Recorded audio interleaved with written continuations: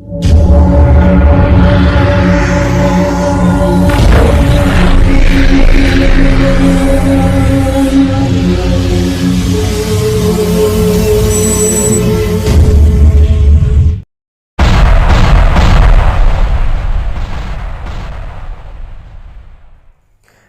मित्रों, मैं सुजीत कुमार आप सभी को सुजीत स्टडी प्लस पे हार्दिक अभिनंदन करता हूं। तो आज का टॉपिक है प्रश्नावली 1.1 क्वेश्चन नंबर 2। अगर हमारे पिछले वीडियो नहीं देखे हैं तो डिस्क्रिप्शन में लिंक दिया हुआ है, वहां जाकर के देख लें। अगर हमारे चैनल पे नए जुड़े हैं तो चैनल को सब्सक्राइब करें और बेल आइकन को प्रेस करके ऑल पे सेलेक्ट कर लें। तो आज का क्वेश्चन है क्वेश्चन नंबर 2 प्रश्नावली 1.1 का। दर्शाइए कि कोई धनात्मक विषम पूर्णांक 6q+1 या 6q+3 या 6q+5 के रूप में होता है, जहां q क्या है, कोई पूर्णांक है। जहां q क्या है, कोई पूर्णांक है और इसमें हमको दर्शाना है क्या, तो ये क्या विषम पूर्णांक के रूप में 6q+1 6q+3 या 6q+5 के रूप में होता है या नहीं। तो सबसे पहले क्या है, कॉन्सेप्ट को समझना है, क्योंकि कॉन्सेप्ट इज पावर। कॉन्सेप्ट हमारा जब समझ लेंगे तो क्या है, कॉन्सेप्ट इज पावर। कॉन्सेप्ट को समझने से क्या होगा, क्वेश्चन अपने आप सॉल्व हो जाएगा। तो सबसे पहले कॉन्सेप्ट को समझना और हमारे चैनल से जुड़े रहें और ये वीडियो को लास्ट तक देखें। तो हम इस क्वेश्चन को सॉल्व करते हैं। तो सबसे पहले इसमें क्या करना है, हम हल, इसका सॉल्यूशन देते हैं। तो सबसे पहले क्या लिखना है, तो सबसे पहले मानना है हमको। सबसे पहले क्या करना है, मानना है। अगर यूक्लिड विभाजन एल्गोरिथम नहीं पढ़े हैं, इसका कॉन्सेप्ट नहीं समझे हैं, तो पिछले वीडियो में जाकर के समझ सकते हैं, उसका भी डिस्क्रिप्शन में लिंक दे देंगे। तो सबसे पहले वहां जाकर के इसको पढ़ लेना है। तो सबसे पहले यहां क्या है, माना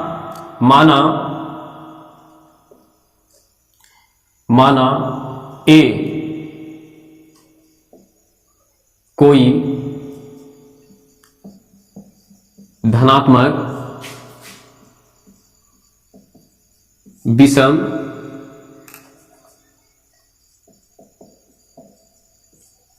पूर्णांक है। क्लियर।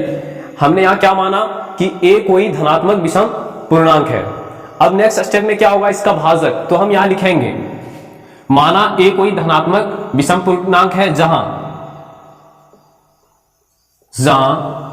b = 6। अब हम ये b = 6 कहां से लिखें, ये b = 6 हम कहां से लिखें, तो वो हमने यहां से लिखें। ये जो 6 है इसको हमने b माना है, क्योंकि यूक्लिड विभाजन एल्गोरिथम पढ़ा होगा, उसमें था कि a = bq+r। तो यहां जो रहता है उसको हम b बोलते हैं, तो इसके स्थान पे क्या है, 6। तो हमने क्या माना, b किसको माना है, 6 को। तो सब अब हम आगे बढ़ते हैं और आगे क्या होगा, अब यूक्लिड विभाजन एल्गोरिथम से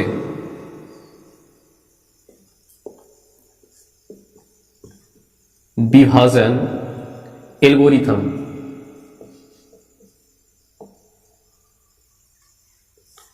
तो यहां क्या हो जाएगा, हमने कोई पूर्णांक क्या माना है, a, धनात्मक पूर्णांक क्या माना है हमने, a। तो यहां क्या लिखेंगे, a = क्या, a = 6q प्लस क्या, तो प्लस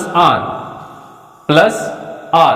तो अब यहां क्या होगा, r का संभावित मान, r का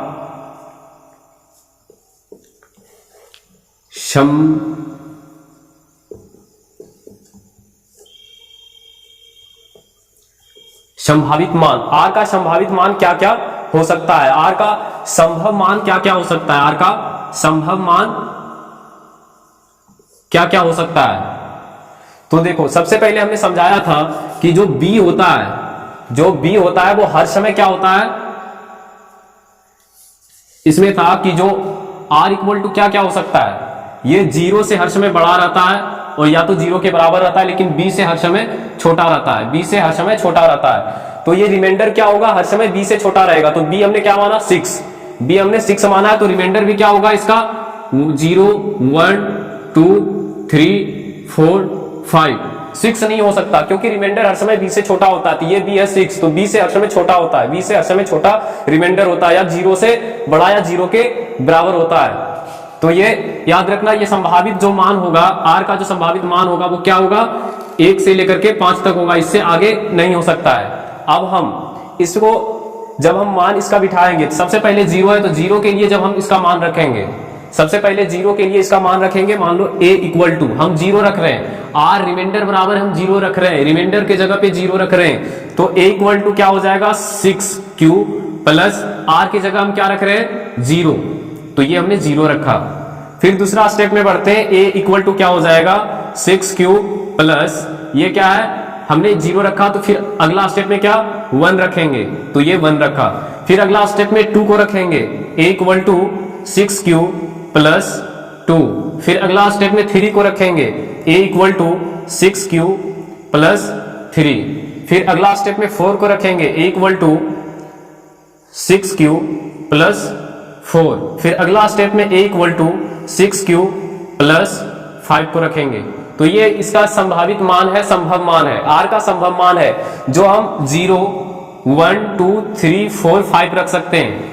लेकिन b 6 है तो 6 से हम छोटा ही लेंगे, रिमाइंडर जब भी आता है तो वो b से छोटा ही आता है, तो ये रिमाइंडर आ गया। अब हमको यहाँ पूछा क्या जा रहा है, विषम धनात्मक या विषम पूर्णांक पूछा जा रहा है। तो सबसे पहली बात है, क्या हम लोग बचपन में पढ़े होंगे कि सम संख्या और विषम संख्या किसको कहा जाता, सम संख्या और विषम संख्या किसको कहा जाता, तो जो 2 से पूरा पूरी कट जाता है, जो 2 से डिवाइड होता है, जो 2 से पूरा पूरी कट जाता है उसको हम सम संख्या कहते हैं, और जो 2 से पूरा पूरी नहीं करता उसको हम विषम संख्या कहते हैं। तो यहाँ हमको वो देखना है कि 2, यहाँ देखना है कि 2 से कौन कौन सा डिवाइड हो रहा है। तो सबसे पहले यहाँ देखो a जो है तो इसमें 6q प्लस में 0 है, तो इसमें 0 जुटेगा, तो ये तो इसका कोई मतलब नहीं है, तो फिर ये 6q ही हो जाएगा, ये 6q हो जाएगा। और इसको 2 से अगर हम डिवाइड करते हैं, 2 से डिवाइड करते हैं तो ये भाग लग जाता है और ये हो जाता है 3, ये आ जाता मेरा 3q।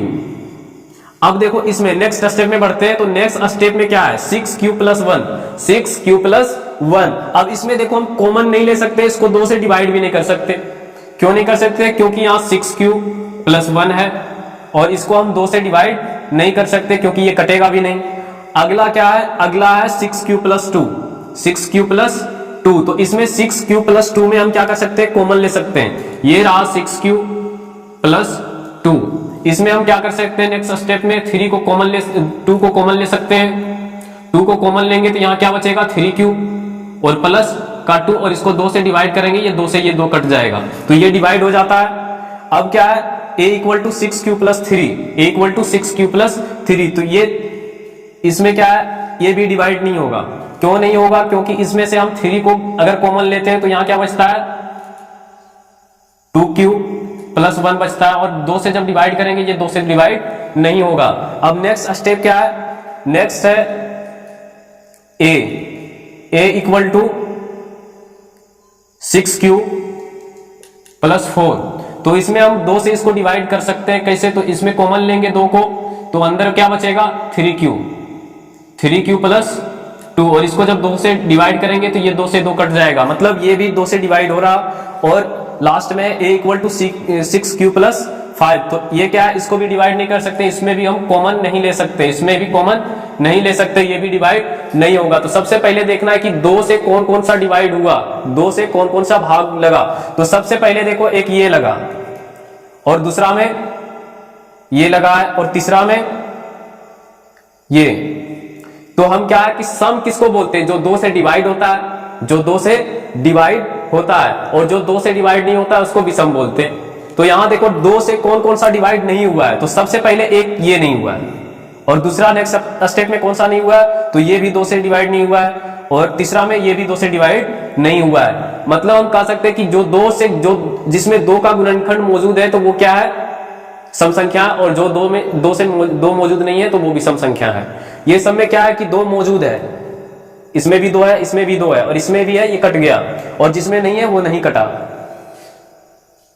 तो अब हम नेक्स्ट स्टेप में बढ़, तो हम लिखेंगे यहां उसके बाद यहां a के मान, यहां a के मान 6q प्लस 0 या 6q प्लस 2 या 6q प्लस 4 में 2 1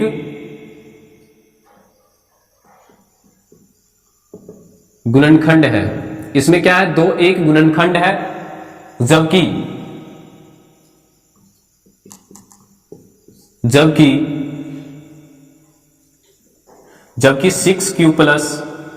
6q प्लस 1 या 6q प्लस 3 या 6q प्लस 5 में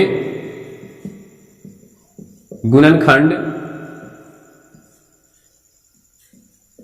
नहीं है।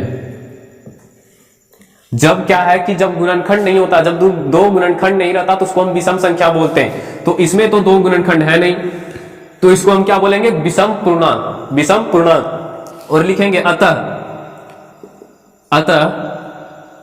6q प्लस 1 या 6q प्लस 3 या 6q प्लस 5, 6q प्लस 5 एक क्या है, एक विषम पूर्णांक है। यही हमको दिखाना था कि ये एक विषम पूर्णांक है या नहीं है। तो हम सबको पता था कि विषम पूर्णांक किसको कहते हैं, विषम संख्या सबसे पहले इस नॉर्मल समझ लो, विषम संख्या हम किसको कहते हैं, जो 2 से पूरी भाग नहीं लगता है, 2 से नहीं कटता या 2 का गुणनखंड उसमें नहीं होता है। तो ये भी 2 से भाग नहीं हुआ, इसमें भी 2 गुणनखंड नहीं है, और इसी को हम क्या कहते हैं, विषम पूर्णांक। और यही हमको दिखाना था। तो ये इसी तरह से क्या करना है, एग्जाम में बना देना है, इससे कोई नंबर नहीं कटने वाला। अगर हमारे चैनल को सब्सक्राइब नहीं किए तो प्लीज सब्सक्राइब कर दें। हम भी आप लोग के लिए मेहनत करते हैं, तो हमारे मेहनत का भी फल हमको मिलना चाहिए। सब्सक्राइब कर दें और लाइक और कमेंट भी जरूर करें। अगर जो भी डाउट हो तो वो हमारे टेलीग्राम ग्रुप ज्वाइन करके वहां से हमें अपने डाउट जो भी होता है, जो भी प्रॉब्लम होता है, वो हमसे बता सकते हैं। तो धन्यवाद। आज का क्लास